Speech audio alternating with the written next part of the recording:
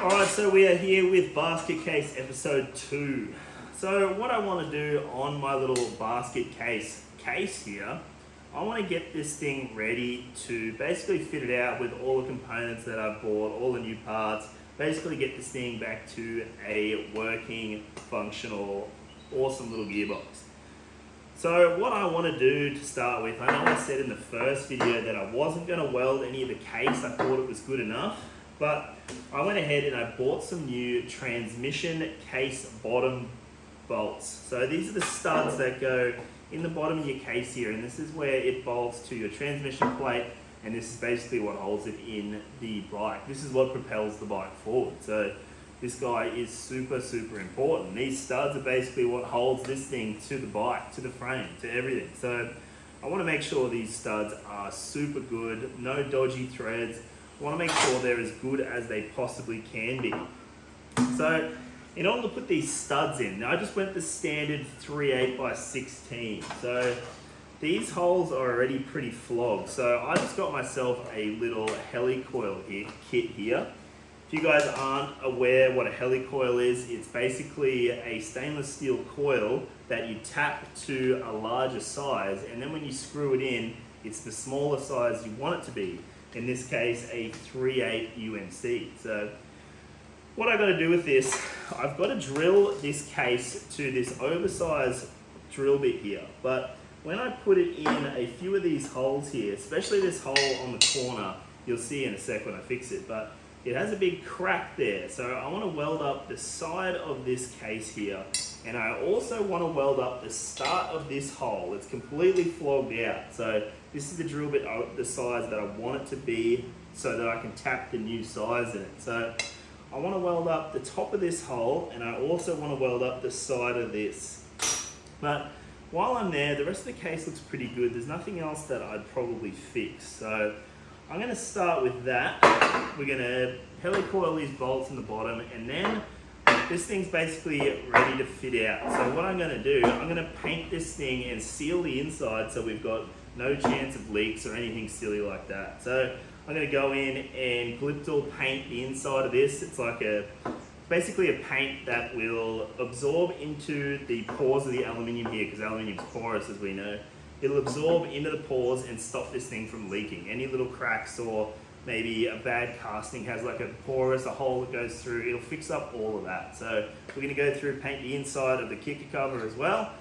And then that'll probably do for this episode. And then in the next one, we're going to go through, I've got all my new parts for this thing, we're going to fit this thing out. So let's get into welding this thing.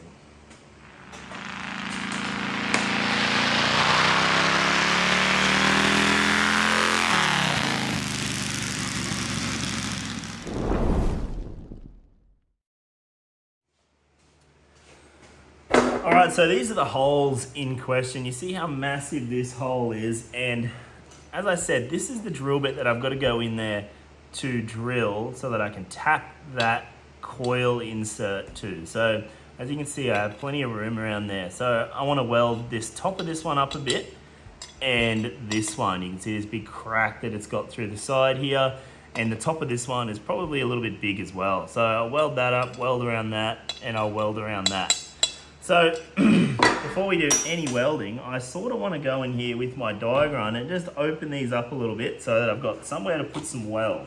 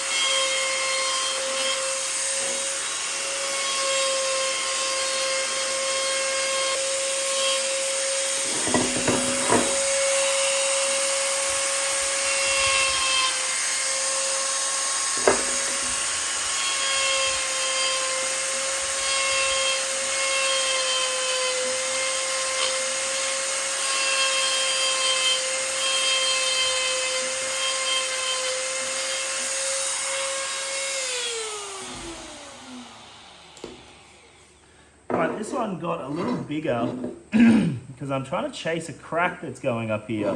And these cracks here are really dangerous because they'll go through our main sort of bearing hole here. And once you get a crack through there, they're pretty well hard to fix. So I just put that a little bit, took plenty of meat out there so that I can weld all this up and then I can grind it back and it'll all be pretty sweet. This one, I just took it out a bit wider on the sides, like I said, so I can try and get in there pretty deep and put some material back in there and build this up.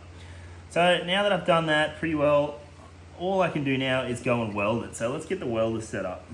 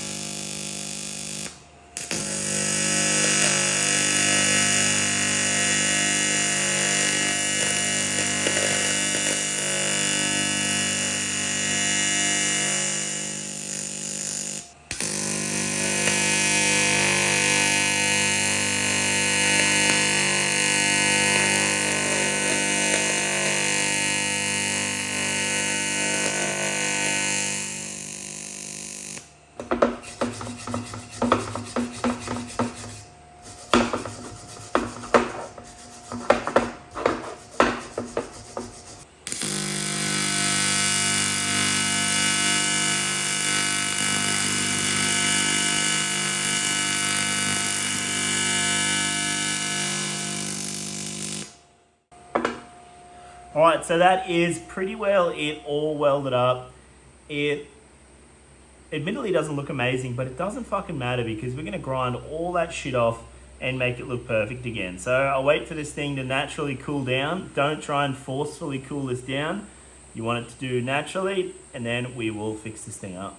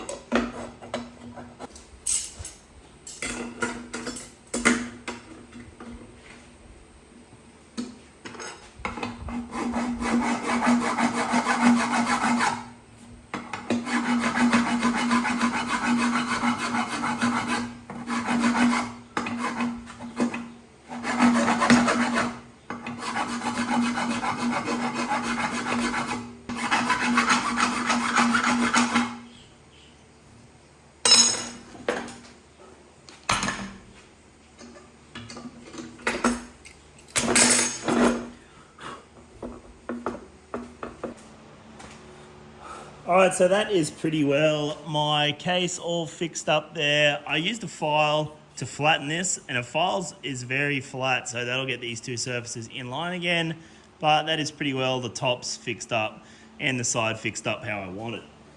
Now I got to drill the hole for my helicoil. So in a kit you'll buy, it'll come with the right drill bit. So I've set this up in the drill press with two flat blocks there, because obviously the case has two locators, so you don't want it to sit on that. If I sit it on these blocks, it'll be dead flat.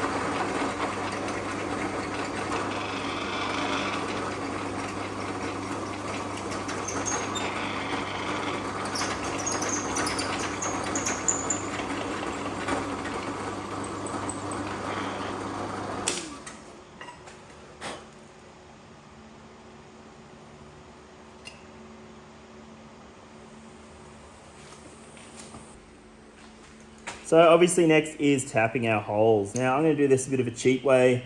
My tap fits a little socket here, so I can put it on a ratchet. We can start it, make sure it is square. That is the most important thing with our fucking studs here. Making sure they are square. So we look down this way and we look this way. So this way needs to come over a little bit. Right there.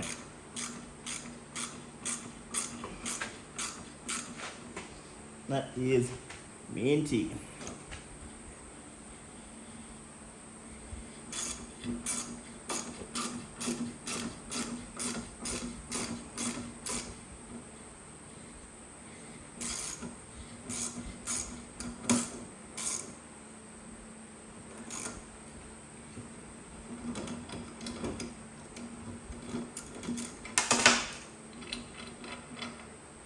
So we're going to go through, do that to every hole, and then we will put our inserts in.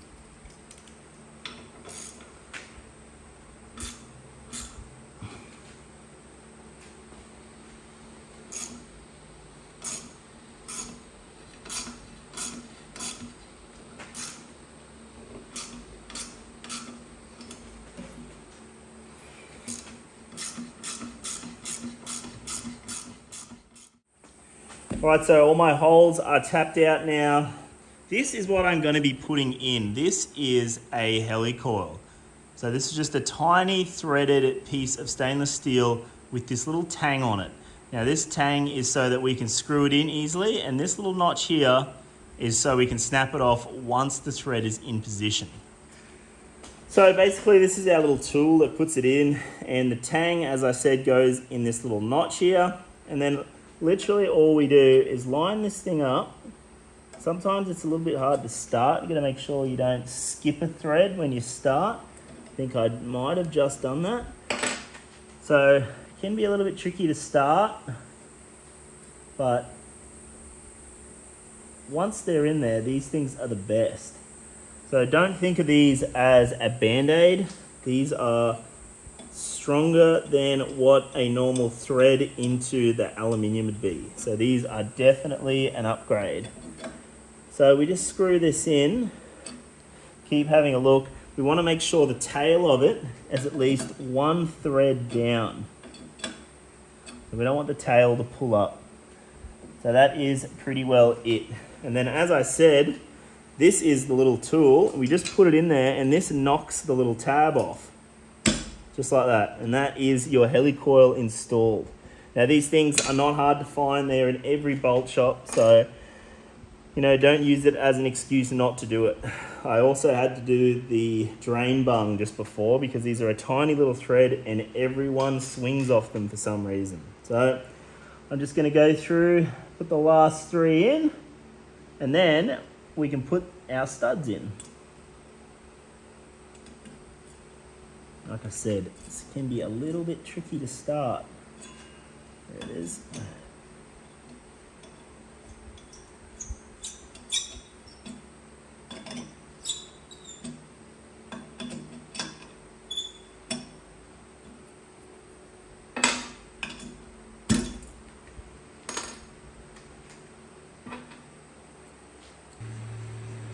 All my inserts are now in. The next thing to do is put our studs in. You want to put our studs in before we seal the inside. Now I'll show you why in a sec. So basically these are our studs. They're a coarse by fine. That is because a coarse thread is stronger going into a soft material like aluminium. So look at that. She screws in just like it's meant to be. Now, what I like to do with this, I'm just going to put a little bit of Loctite on this because I don't want these to come out when you're undoing your, nuts for your freaking gearbox. So the other thing I'll be doing is, I'm not sure if you guys know this, you lock 2 nuts together and that's how you tighten up the stud. Now, we're not going too tight. I just want it firm. So what we do, we tighten the nuts into each other. That's a 14. Tighten them together like that, and then we can put a little bit of tension on this stud. Not too much, just a little bit, just to hold it in there, and then the Loctite will do the rest. So that is our brand spanking new studs in there. So I'll just go through, do this to all of them, and we will be gravy.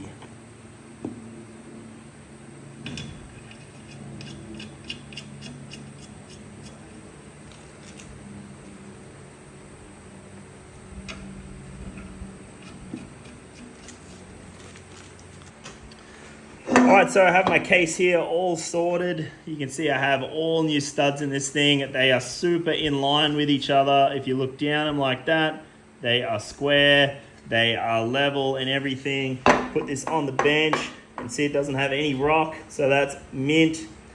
Now, what I want to do next is super crucial to make sure this thing does not leak. You've seen me do this in heaps of other videos. Now, you just want to get your gasket maker. You got to make sure you put really good shit in, and we are gonna put this on top of all those studs we just put in. So this is gonna make sure one of the main leaks from a 4-speed is leaking oil out the studs. So we are gonna glue all these up just like that and make sure that none of these studs are gonna leak. So I'm gonna go through, glue all of those studs, and then we're going to go to the next step of ensuring this thing does not leak.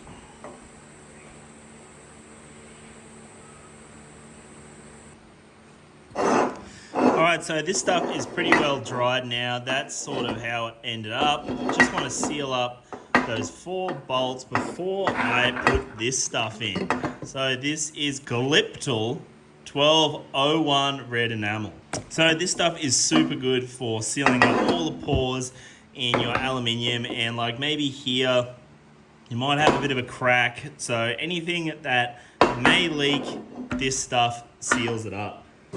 So this is what you do on the inside of engine cases and stuff as well. This helps the oil return to your your sump or return to your oil pump instead of just hanging around. So this stuff is super good to put in anywhere like this that sort of lives in oil. So all you do, you just paint it in there quite heavy. I could probably use a bigger freaking brush, but this is sort of what I've got. So I'm fucking with the dick I've got. It's what I'm used to. So I'm just gonna go through, usually do like 2 coats of this shit. So I'm going to go through do 2 coats of this red enamel, and then we will come back and freaking have a look at it, I reckon.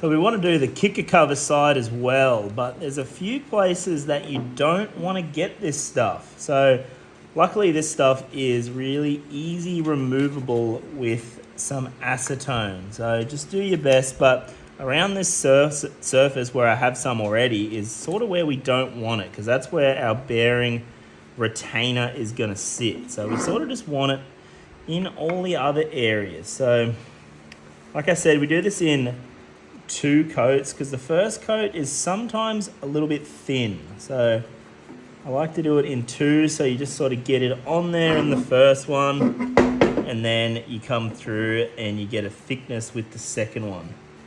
Like I said, we want to keep it off this, but a little bit of acetone will come through and clean it up for us if we do get some on there, which I am.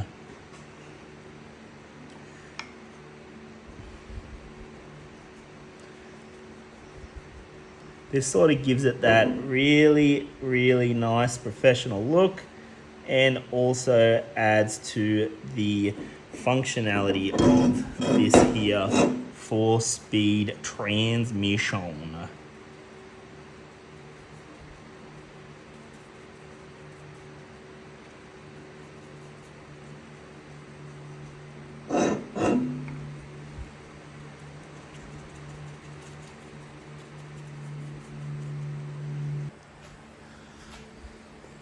Our case looks pretty sweet. I have it pretty well all painted up now. There's a couple little bits like there that I'm going to fix once it's dry, but that is pretty well how it's going to look out. But while we're waiting on that to dry, we might as well put all our kicker cover studs in. Now, if you're running bolts for your kicker cover, you should really run studs. Studs are way stronger than bolts, and bolts will fuck all the threads in your case. So there's a lot of weight sitting on that kicker cover when you are kicking it and stuff. So studs are always stronger than bolts. So we're going to put all of these studs in here. Now we're going to do the same thing that we did with the studs in the bottom. We are going to lock 2 nuts together and lock these in. So I'm just going to put a little bit of Loctite on these, and then I only put blue on there because I still want these to be able to come out in the future if need be. But I also don't want these to fall out if, you know, a nut might get a little bit stuck on the thread or something. So it's the beauty of blue, the best of both worlds.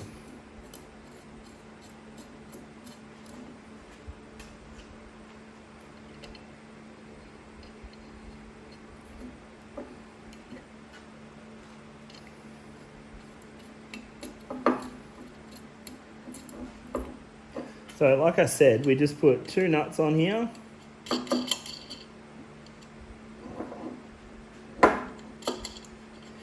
Just like that. Lock them together, not too tight, because we're not going to swing off this. We just want to seat it. So, still moving, just there. Fuck, I put my hand in the frickin' thing. Don't do that. Still a little bit tacky, so that's pretty well it. So I'm just going to go around and do all of these, and then that's pretty well it for this video. I've still got to wait for a few more parts to come from the States, and then I can really jam this box back together.